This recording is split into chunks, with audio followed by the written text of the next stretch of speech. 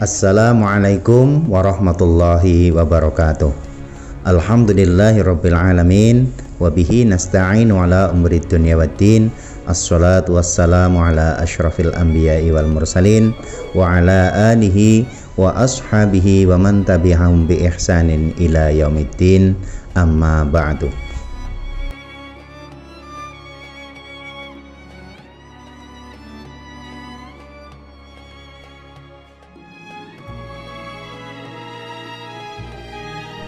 Selanjutnya, perjalanan kita lanjutkan untuk berziarah di Komplek Masjid Agung Demak di Kampung Kauman, Kelurahan Bintoro, Kecamatan Demak, tepatnya berhadapan langsung dengan lapangan Simpang 6 Demak. Masjid tersebut diyakini pernah menjadi tempat berkumpulnya para anggota Wali Songo yang menyebarkan agama Islam di tanah Jawa.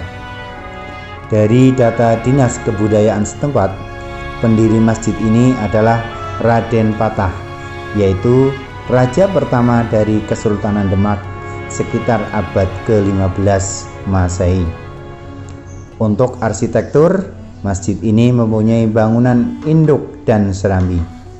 Model bangunannya sendiri tak seperti masjid lain yang atapnya berkubah, melainkan mengusung konsep Jawa dengan atap genteng.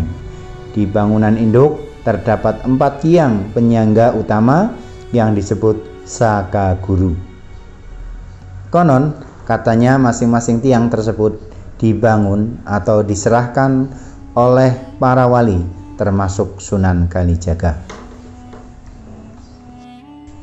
Di kompleks areal masjid juga terdapat makam-makam pendiri Kesultanan Demak, yaitu makam Raden Patah sendiri juga berada di komplek masjid tersebut, beserta makam raja-raja yang lain atau setelahnya. Berdasarkan sejumlah informasi yang dihimpun, Raden Patah diyakini merupakan anak dari Prabu Brawijaya V Kertabumi, Raja Majapahit terakhir. Raden Patah memiliki gelar sebagai Panembahan Jimbun. Setelah Raden Patah memiliki gelar sebagai Panembahan Jimbun, melegitimasi Kesultanan Demak sebagai penerus Majapahit dan pengangkatannya sebagai Sultan Demak oleh Wali Songo.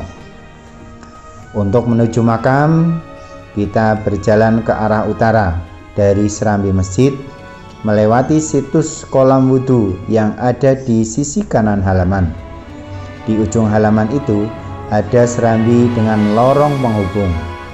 Jika masuk ke serambi dan berjalan ke arah kanan, maka pengunjung akan masuk ke dalam gedung Museum Masjid Agung Demak.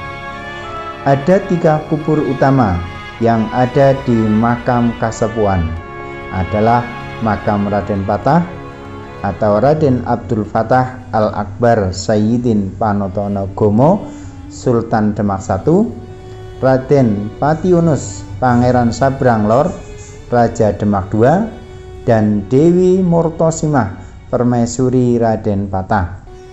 Di sisi kanan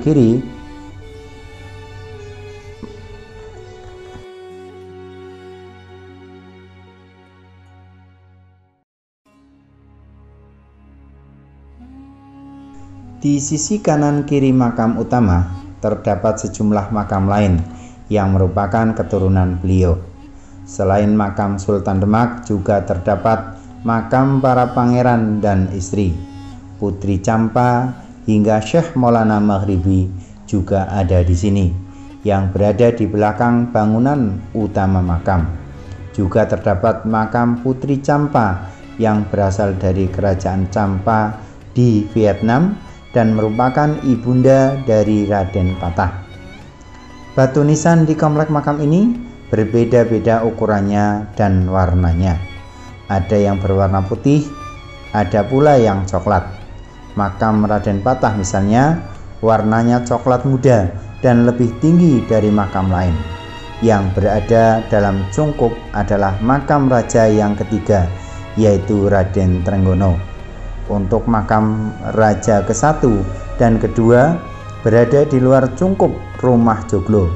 Konon diceritakan Raden Patah tidak berkenan untuk dibuatkan cungkup dan beliau suka dengan kesederhanaan.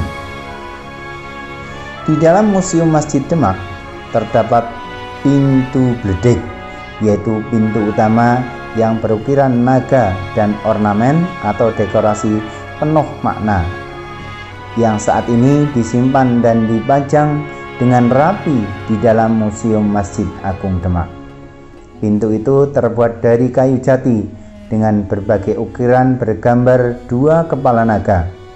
Pintu itu mengandung candra sengkala yang dapat dibaca Nagamulat Salirawani dengan makna tahun 1388 Saka atau 1466 Masehi atau 887 Hijriah. Pintu itu menjadi benda tertua yang disimpan di Museum Masjid Agung Demak. Tertulis dibuat pada tahun 1466 Masehi.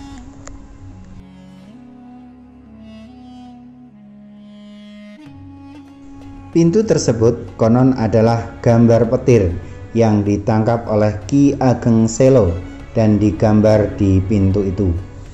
Berbicara tentang Museum Masjid Agung Demak, pengunjung akan disuguhkan dengan berbagai macam benda-benda kuno dan berbagai koleksi bersejarah terkait Masjid Agung Demak, termasuk yang tercatat merupakan benda-benda peninggalan Wali Songo, tertata rapi dan terawat di sana.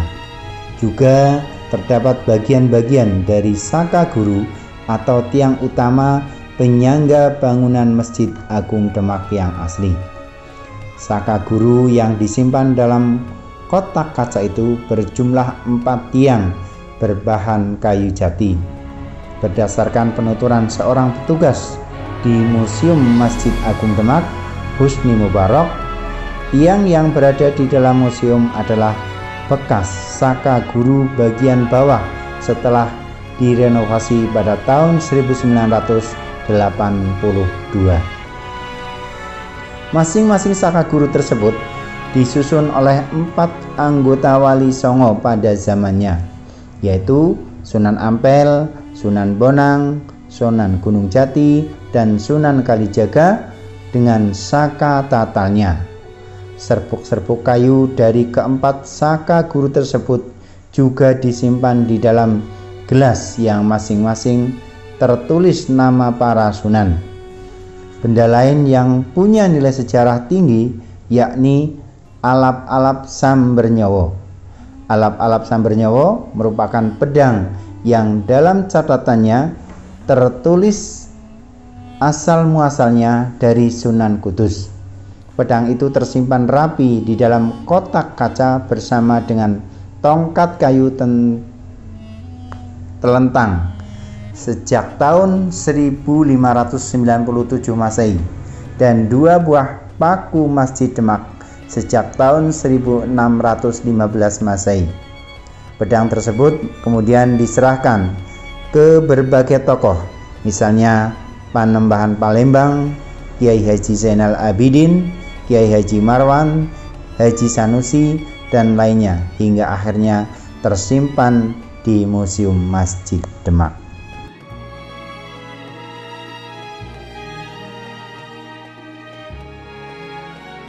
Selain benda-benda yang paling menarik perhatian tersebut, masih tersimpan sejumlah benda lainnya yang memiliki nilai sejarah yang tinggi.